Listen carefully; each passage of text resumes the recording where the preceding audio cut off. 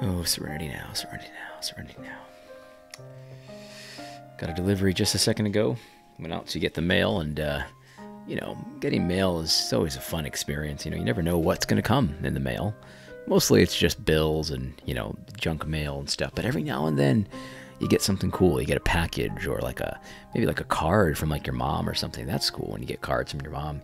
It's nice to know that your mom loves you, from time to time. Yeah, that's nice. And, when you get a package, that's when that's extra special. Because sometimes it's in the package and you're expecting it. So, the anticipation is there. And when it arrives, you're just excited. Other times, you don't even know what the package is. And it's just it's a complete surprise. And that's like Christmas morning. But I got a package, and here's the packaging. You can see it says Thrift Books on the outside of this packaging. And so I knew as soon as I saw that what this was. And I was not excited at all, because here is the book that came in the mail. A Black Theology of Liberation by Dr.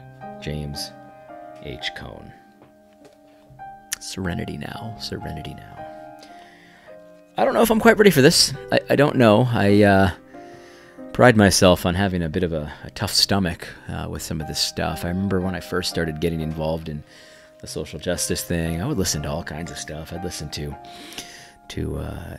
alt-right people all the time. Oh yeah, Red Ice TV. You ever listen to Red Ice TV? It's amazing they haven't been banned yet. Maybe they have. I haven't checked it in a long time. But yeah, listen to some Red Ice TV. Listen to some real crazy people. I wouldn't classify Red Ice people as crazy. They're actually quite erudite and intelligent. No question about it. I find their views abhorrent, but anyway, yeah. So I got a tough stomach for this stuff, but I just don't know if I'm ready for this. Serenity now. Serenity now. Played a little Black Theology roulette just a second ago. Just give myself a little bit of a taste of what I'm in for, and I just happened to turn to page 123. I did not do this intentionally. This is literally the first page I turned to. I was going to play a little roulette, see what I could find, This is the great James Cone. This is one of Jamar Tisby's heroes. This is the guy that Walter Strickland, a professor down in Southeastern Baptist Theological Seminary.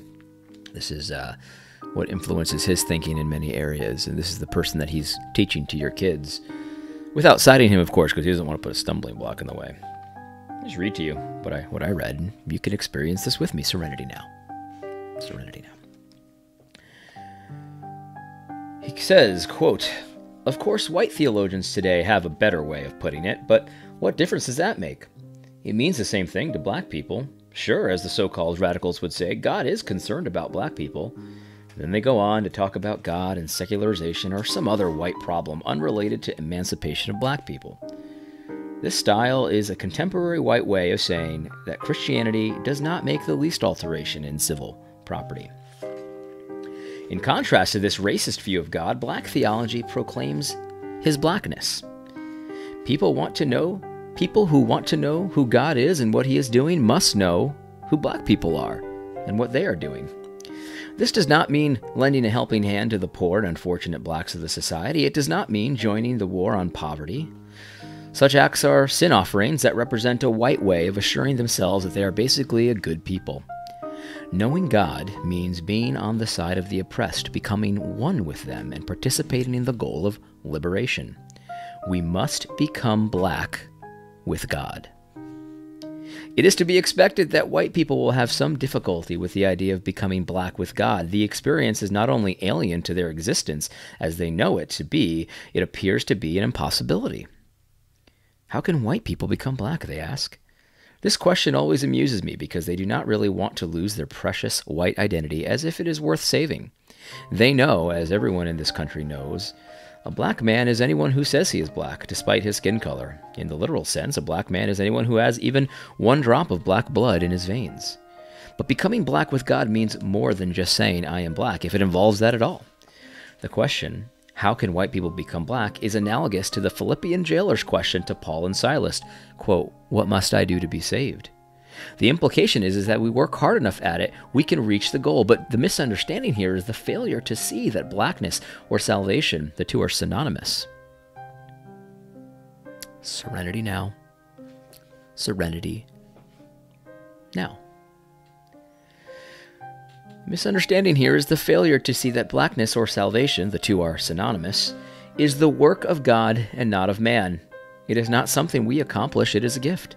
That is why they say, believe in the Lord Jesus and you will be saved. To believe is to receive the gift and utterly to reorient one's existence on the basis of that gift. The gift is so unlike what humans expect that when it is offered and accepted, we become completely new creatures. This is the holy otherness of God. This is what the holy otherness of God means. God comes to us in his blackness, which is wholly unlike whiteness. And to receive his revelation is to become black with him by joining him in the work of liberation.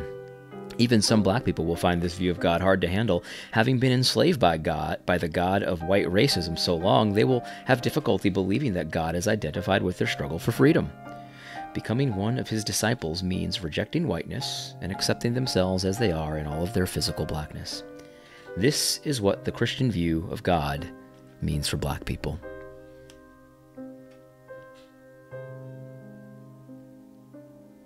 Serenity now.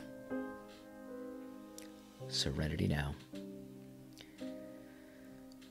Blackness and salvation is synonymous.